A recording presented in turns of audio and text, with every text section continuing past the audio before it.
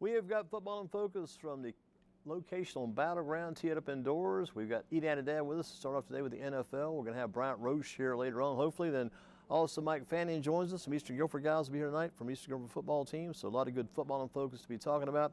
Enad's with us. First of all, Enad, what about the top 5 teams for this week coming back again? I've got Dallas, San Fran, Philly, Miami, and I put the Rams, and they're 1-1, but they're still a good. They lost to the 49ers like 30-23, I think it was. So what about your top 5 this week? That might be the hottest teams.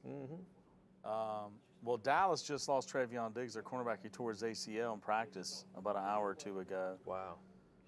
I would say Dallas, San Francisco, the Chiefs, who aren't even really together offensively. Right. The Rams are playing very well. I've only got one AFC team in this top 5, Miami, and I think they belong there. Oh, Miami for sure. They're going to get better. Yep. I still think you look at it, the weird thing is you got 3 of those teams in the NFC South that are unbeaten with Tampa Bay, New Orleans, and Atlanta, but I can't put any of those teams yet in my top 5. Atlanta was my dark horse. Yeah, so. a good start for them. Yeah. What about the Panthers? How many games are going to win this year? We ask it every week. It's going to be less. My answer is less. Maybe 6 to 8. Going to be fortunate to win 6 to 8 Yeah, games. Bryce Young is out now. Enter Andy Dalton. I don't think it's going to hurt him to get Andy Dalton in there because it allows you to see what he can do. He somehow finished the game and his ankle's hurt all of a sudden. I mean, maybe they're like, take a break, rookie. Let's get this offense going. We'll bring in the veteran. Right. Seattle. Let's see what it also allows you to see what Dalton's going to do for you too. Oh, he'll do well. See where you stand with him right now. I think he'll do well. Going against the Seahawks this week. That's a tough at Seattle. And some interesting mix there too, because you got the Seattle Seahawks who've got a quarterback named Geno Smith who gets very little recognition. Yeah. Everybody thought when Russell Wilson goes to Denver, it's all over for the Seahawks. They're dead. They're finished. They're dead in the water. They're tanking. Geno Smith has kept that team rolling, and Geno Smith is Geno Smith. I like that team a lot. Yeah, they're doing well. Yeah. Panthers win that game? No. Panthers 0-3. 0-3. Wow, and hurting right now. So Bryce Young was a high ankle sprain? No, not high, just a regular. So I think it's just going to be about a week. So could just hold him out for a week right now. Yeah. What about him last week? I looked at him last week in that game, and everybody's complaining more the second week than they were the first week. I think his second week, he's right where he should have been the first week. I think he's a week behind his progressions. I think in the second week, he played probably what he should have been playing like the very first week. I mean, he looks good to if you know what you're looking for, right. But his average depth of target is like historically low. It's in the worst 3 of all time in the first 2 games. The thing that got me, since you bring that up, that really caught my attention as much as anything. He's in the game situation, live game, and all of a sudden he comes to the line of scrimmage running the play. He lines up behind the guard, and Miles Sanders said, "Move over here, you're supposed to be in the center." Oh, it was rough. That's a rough video to see because he get ready to take the snap. He goes there and he gets behind the guard. The mental thing, it's kind of crazy for him right now. Yeah, maybe slow things down. I have my suspicions about this ankle injury, to be honest with you. You think it might be a very fortunate thing for them, kind of a position thing for them? Yeah, kind of use it to their advantage? Let him take a week off, slow things down, come back. Let Andy kind of get the team going, do the veteran thing. Seahawks, we talked about them. I think they might have been just as good last year as they were before Russell Wilson left. I think they're going to be better this year. Yeah. I think they're going to get going. It shows a lot of resiliency to come back and beat Detroit after Detroit beat Kansas City. Exactly. And, everybody likes Detroit, and that's fine. But, if you really want to take the next step, Dan Campbell has to get them ready to win that next game and not be on some high after winning, And Campbell and his coaching staff are doing a good job. They're getting a lot of reads here the past week or two about the job they're doing and how respected they are right now for the job they are doing. I mean, the players respect them, the fans like what they're doing. Yeah, but you have to win, though. Yeah. Oh, you got to keep winning. I mean, I think, that's good, but, it's time to get over the hump, and that was a winnable game is where I'm coming from. They should be 2-0. What about the game on Sunday night? You had the Dolphins there. Dolphins going to be against the Patriots. Get late in that game, and the Patriots are still in it. They're driving down the field, their last possession, and the quarterback drops back for the Patriots. I guess that'd be Mac Jones. Drops back. He throws the pass. The ball gets batted, caught by the offensive lineman who runs forward, lunges, just makes a great effort, lunges forward, misses that first down by 1.5 inches to close the game. one of the wildest plays I saw all week long. They were that close. Yeah. They get the first down, they're still driving, a chance to win. Yeah, I like Mac Jones. That Miami D is good, and I think New England will get better, and I think the Miami's going to get better, especially when they get Jalen Ramsey back. Who's going to be that best team in NFC South this year? You got, again, we talked about the Saints, Atlanta, the Falcons, hands down, in my opinion. and the Buccaneers. So Atlanta's the team. Yeah, I think Atlanta. Baker Mayfield's doing very well. He's in all the analytics. He's up there in the top 3 to 5. I don't think Carolina can compete, especially with losing the linebacker, right, and the cornerback, Shaq Thompson, and J.C. Horn. Well, I won't write off the Saints yet, but they got to get that. Alvin Kamara will be back after this week, and maybe he's the spark that they need to score touchdowns. You know, I think Carr's only thrown 1 TD pass. That's not good enough. I would think with They got a good defense. Panthers in the future with J.C. Horn, the defensive back, they need to hold him out the first 4 games, bring him in about the 5th game of the year, so he didn't get hurt early in the season. That's true. Hold him out a little bit. Make him a relief cornerback. Exactly, yeah, make him a backup cornerback. The Bruce Sutter of cornerbacks. They just keep going through players right and left. The defensive coordinator's got to really be shook up right now. Yeah, I thought they were going to contend. I thought anybody could win that conference, but I think it'll be those 3 teams. I think it's Atlanta and the Saints in the end. Think Dallas continues on to dominate the way they have so far? I do. Don't see them slowing down. Even losing the cornerback today, I think they're the real deal now. Talk to the Panthers chaplain again this week, Clint Darst, who we mentioned last week, told me again this week. He said he will come in and try to join us one week on this show, but I'm feeling right now for the Panthers, they've got one chaplain with them each week right now. They may need to bring on both chaplains to be there at the same time. They need both of those guys with the way things are going right now. They need a double dose. Of the pastoral assistance. They could use it right now. They might need the 5-fold ministry there. They might need, the Saints are doing pretty well what they got. They got some Saints backing them up. The Panthers may need some help too. But you look at Miles Sanders, I looked at Chuba Hubbard, didn't look as good the second week for some reason. He didn't look as good.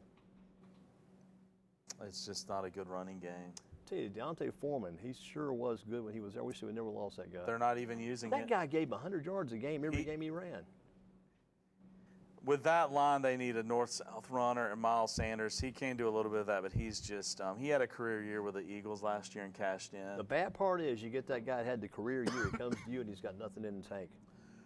Well, the key is that Reich was in Philly with Sanders. He knows the system. Yeah. But that's why you like Hubbard, because he hits the hole properly with that particular line. But Foreman was inactive last week with the Bears. Maybe they can trade for him. Pick him up off waivers. And did you see the trade with Cam Akers yesterday, traded to the Vikings? Heard about that, yeah, from the Rams, right? Yeah. And so the Vikings could use him too, because without well, they've lost a lot of games because they cannot run the ball. But Akers was in L.A. His OC is now the head coach of the Rams. He knows all the verbiage and all that, those so it should be. Yeah. And look at Kirk Cousins. I saw where he is going to be making over the course of time his current contract, $223 million. I think he's borderline he needs to win some, but he could be. His numbers are borderline Hall of Fame, to be honest with you. I think so. If you look at NFL reference, Interesting. People like to pick on him and stuff, but his numbers are there. Saw a list this week of the top 10 play callers in the NFL. They went over all the offensive coordinators and play callers. They had Frank Reich in the top 10. Yeah, but I'll have to say the last 2 years have not been very productive with the Colts. And here's. But they've got him down now. He and the offensive coordinator, the guy who's with him, I think his last name may be Taylor Young, what the guy's last name is he brought in.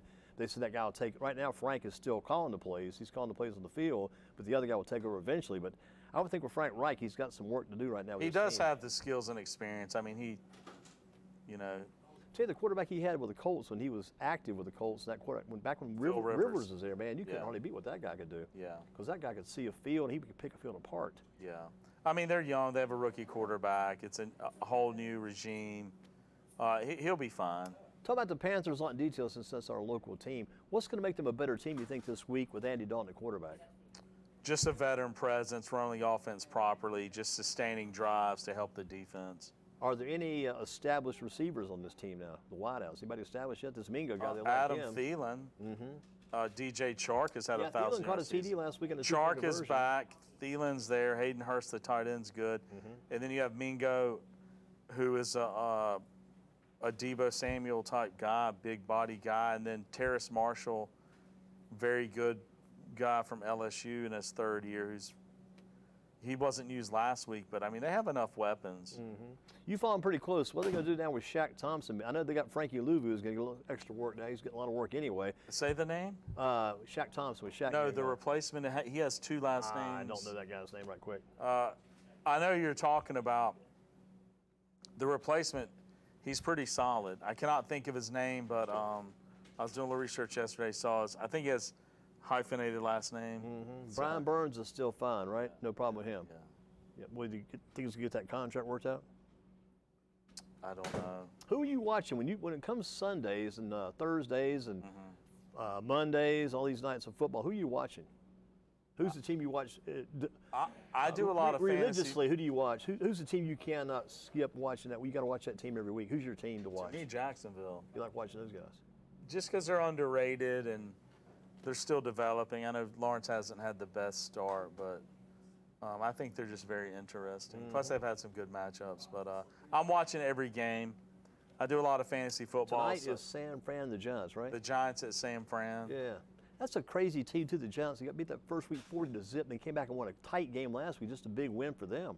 Means they're still around. Yeah, Saquon Barkley's out. Right, that hurts. Brandon Ayuk is out for the 49ers.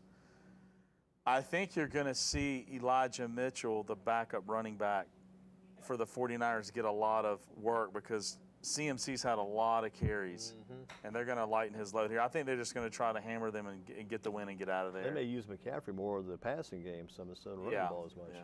Because he sure has put up some good numbers already. Yeah, I don't see the Giants competing really tonight with that defense at all home. 49ers in. But it's a Thursday night game, you know, they get You'll be weird. watching that game, right? Yeah, oh yeah. How you going to watch it? I'll watch it on my phone. Oh, yeah, Prime is on your phone. Yeah, Amazon Prime, is it I all got one that, big yeah, company? yeah. So otherwise, if you were going to watch it, can you watch that on your TV set? I watch YouTube. I got the package on YouTube. So you can watch it on your computer. And then I have Time Warner app. Time Warner carries Prime, too? No, Time Warner if I want to watch a local game. Right. But on your regular television, can you dial up and I watch. get Prime on there? On this? Oh, one yes, there? I can. Yes, Yeah. I could do it on On your TV? my TV. I could watch Prime. I could watch YouTube TV. Is that all included in your Spectrum local package? No. You guys got to do some extra stuff. It's included in my mother's Samira's package. Samira's special package. We share. The family plan. Yeah. The family plan. You got to like that. You Oh, got to like yeah. that. Oh, That's yeah. good stuff. What about moving on to some other things, too? What about prime time this week? They go to Oregon this week. Now, this is going to be the test here. Oh, yeah. Everybody thought last would be the test, especially when the guy went out, Travis Hunter got hurt. They thought it was over. And did you see that hit? Yeah. What'd you think? Was it I clean? had no problem with it. I thought it was clean. Even That's Deion football. Sanders said no problem with it. It just happened. It did not turn I mean, out it doesn't well. mean the other team has to like it. Right. But I thought it was a clean hit. This is football, you know? So You think it wasn't in the head area. It was in the right in the shoulder more? you know, it if looked like it was upper body. I was kind of surprised I mean, it if was the Deion liver. Sanders, you know, he's doing the thing with the shades and stuff. Yeah. And, you know, I have a lot of issues with him having coached in college. You know, I mean, you use, you know, this might be controversial, but you use the name of, in the name of building young men, but yet you're taunting the other coaches and stuff. What kind of sportsmanship is this, you know? What got me, though, I was so surprised how well he handled the situation with this guy getting messed up, Hunter getting messed up at that hit. Because he's a pro, though. Who, Deion? Yeah. Well, he's a pro, but he's still carrying on some Well, I'm craziness saying he there. has a pro mentality. He understands this is Right, football. right. The guy doesn't need death threats. People Right, oh, yeah. for hitting him. Oh, and, yeah. You know, so. But I was thinking he reacted completely differently because of his Yeah, I personality. mean, you know, he antagonized them, and they laid his best player out, and it might cost them this week. So there's a residual effect to, you know, the primetime stuff. Do you still think he's probably the marquee factor right now in college football, though? No doubt about it. Still He's the carrying it. greatest. It's great to have him. Best thing to happen in college football in a long, long time. Yeah. Still going strong. What about back to the pros again? So you'll be watching San Fran and the Giants tonight. Be tight with them tonight. Yeah, I'll be watching that tonight for sure. Maybe a little baseball, you know. Right. What's happening in the baseball scene these days? Are you still following that close? To I'd like to see the Orioles finish. Mm-hmm. That'd be exciting. Are they finishing strong? I've been checking them a little Yeah, bit. they are. Saw Astros are doing well. Saw the Braves and the Phillies on TV yesterday playing a close game. Yeah. Well, there's nothing like playoff baseball. The weather gets cooler. You know, all the casual fans start to watch. It's very exciting. You know. When does it all come to a close? How close are we to the end of the season right now? I think this is the last week, maybe. Is it really? I think so. I know it's getting close. Very close to October. Because it's about that time. Maybe for a the week season or to be two. winding down. Yeah. So you look it over right now. You're watching a lot of baseball, a lot of football. What about yourself? Are you active in anything right now? Anything going on with you? Getting any physical activity and all this stuff you're watching? Because I know a lot of people, they watch that on TV and they keep up with it that close. They get a little antsy to get out and do something themselves. Yeah, I try to walk at halftime. I try to walk after the 4 o'clock games. I'll walk at halftime of the 8 o'clock game. I'll walk my dog Zay. In between games. I'll listen to stuff on the radio. Yeah, I think sometimes when you sit there, you know, for so long, it's not healthy. It's good to like break that by doing something physical and distract the mind. Just clear yourself, you know. Like on that Prime TV now, those Prime games. I guess Al Michaels is doing those, right? Who's doing those with him these days? Any idea? Who works with him? What's he like on there? Is he tremendous? It's still very strong. I think so. Yeah. What do you think about? I can't think of the other guy. What about Joe Buck and Troy Aikman now doing the Monday Night Football on ESPN? Do you still like their calls and stuff? I do. I mean, Buck. I'm not the biggest. I liked his father better. Jack Buck. Yeah, but they're solid. What about Olsen on Fox right now? Olsen tight end for the Oh, I like Panthers. him. You like I him? like. I thought you were talking about Merle Olsen, who I really liked back in NBC. Man, you're bringing that back. Father Murphy, right? I loved all the NBC AFC games back in the You day. like Dick Enberg back in Oh, I the day. loved him, Dick Enberg, and McGuire, the punter. Did you really? Loved him. Yeah, Paul McGuire. Absolutely Sunday phenomenal. Night Football, Joe Theismann, Paul McGuire, and who was the other guy with him? I'd even take Deerdorf. They had the Patrick guy. The Patrick guy was with him on Sunday night. Sunday Night Football, the Patrick guy, and you had Joe Theismann and Paul McGuire. I love Patrick. Yeah. He was It tremendous. was Mike Patrick, I believe his name was. yeah. That was a good team. You see a lot of guys now, and I have an issue with this, if you don't mind me saying. It's like they're this character of doing a broadcast instead of, like the old days. They're trying to use the voice and they're just they're trying to say these buzzwords Right. just to you know what I mean? It's not very sincere in my opinion. I don't think it's up to what it was back in the day. Yeah, at back all. in the I day, really don't. it was really sharp back in the day. Like you say, boy, Dick Enberg, Merlin Olsen on NBC, and I tell you, another guy was good. People don't, I mean, since you're bringing this up, it's kind of a good topic. I always liked Bob Trumpy, the old tight end for the Loved Cincinnati him. Bengals. Bob He Trumpy was another good. one in that group, and the NBC, AFC. Bob Trumpy was good. Tremendous. I watch a lot of those games from like 86, 87, 88, 89, those playoff games, Jets and Browns and Broncos and so-and-so. So. You liked the AFC back in those days real well. I like the broad. Well, then on the other side, you had Madden and Summerall, and so. Yeah, when John Madden first got going, I think he might have started out with Vern. Let's see, who started out with? Maybe Theismann started out with Vern Lundquist. Vern Lundquist was a good announcer too back in the day. He was tremendous. But those guys were therapeutic to hear them. It was kind of. Yeah, that's a good way to put it. They were kind of therapeutic because you kind of get used to them, expect them to be on a certain time slot every Sunday afternoon, 4 o'clock. You expect that NBC game. CBS had like the 1 o'clock. And boy, I saw something yesterday. It was really interesting. I was looking at some old TV. I guess I was at Kickback Jack's to grab my lunch yesterday on the middle school football day. Middle school football yesterday, all those middle school football games I got on the website. But I was watching that TV, and all of a sudden popped up there was Brent Musburger. I hadn't thought about Brent Musburger in a long time. I was a young Brent Musburger. He's my favorite. Okay. I absolutely love Looking him. live at Atlanta's Fulton County Stadium. You are looking live. Now, there's a book that came out that is tremendous called You Are Looking Live, and it's a story of NFL today and how they set the standard. Well, I felt like the best of those sets over the years, one of the best, and not the best, was Brent Musburger, Irv Cross, Phyllis George, and Jimmy the Greek Snyder. Those four were just completely, and they were evolving as the show went on. Yeah. Because they developed it as the show I highly went on. recommend that book, You Are Looking Live. It's the story of that show and how that kind of set the standard for everything. And Because you look at it, because you had Musburger who's leading the way, then you had like Irv Cross, the first black guy to be doing it on TV like that, and you had Phyllis George, the first woman, woman too. They had like Jimmy the Greek Snyder. Before then, they didn't bring handicapping on TV hardly any. No. Hardly any at all. They told him to tone it down. And Jimmy? Well, no, I know he got a call. It's in the book from Pete Rozelle, like, hey, can you not Back off some. Yeah. So they what they ended up doing was doing like offense, defense, intangibles, and they put the check marks. Yeah. They didn't want them saying lines on there. Say one thing, but Jimmy the Greek Snyder was very good, though. He was. All those people, sometimes you get people who have the knowledge who aren't that interested to listen to or keep up with, but those guys were good to listen to and had all the Yeah, information. he was well with it. connected, you know. Very well connected, yeah, big time, big time. And as that show went on, it changed, and they had some people come in and had some replacements. They tried to replace. You couldn't replace Phyllis George. She was like the beginning icon there. Yeah, yeah. What she did.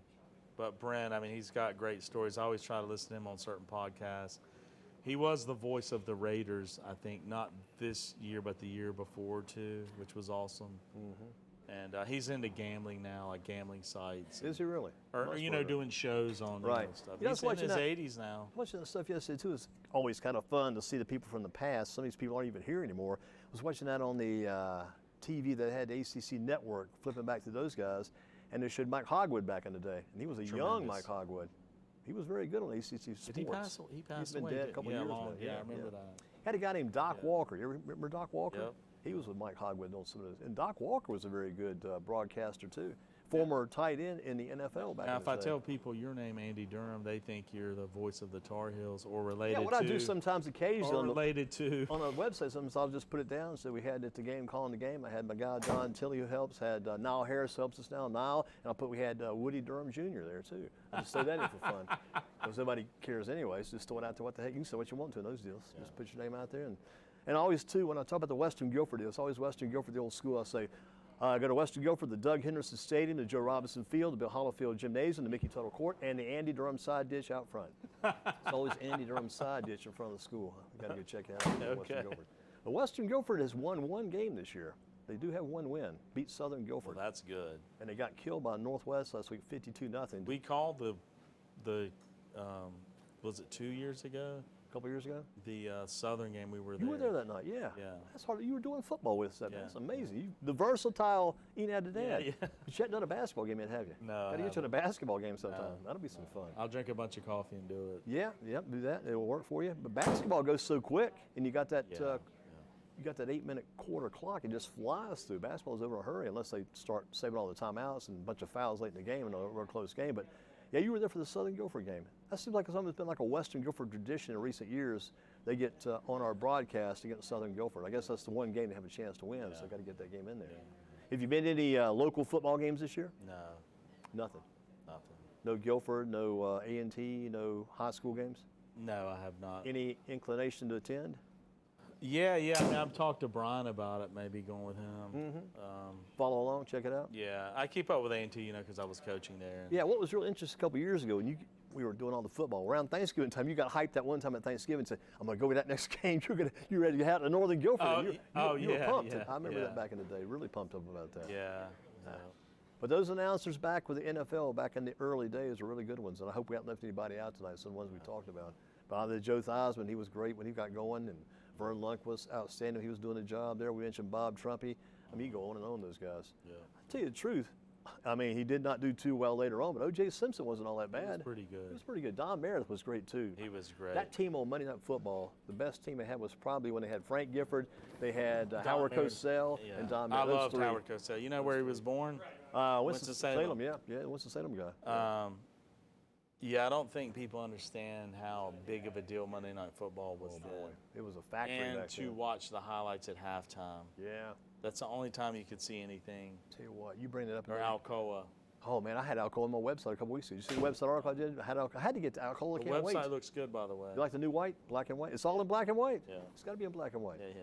But I tell you, another good thing, we'll close you out. The thing we had a couple years ago, the Sunday night game, always had that Chris Berman top flashback. He had that little halftime rundown. That was I think people tuned in sometimes just for the Chris Berman rundown of the games. He went through it so fast. Yeah. Tell you, the other guy will get out of here. One of the guys I liked on CBS Radio back in the day, and I actually mentioned him on the website one time. I wrote an article about why did CBS get rid of this guy. His name was Tommy Tyke. Tommy Tyke, T-I-G-H-E. Anyway, he always did the halftimes. Always had cliches, all kinds of stuff he made up. Outstanding work.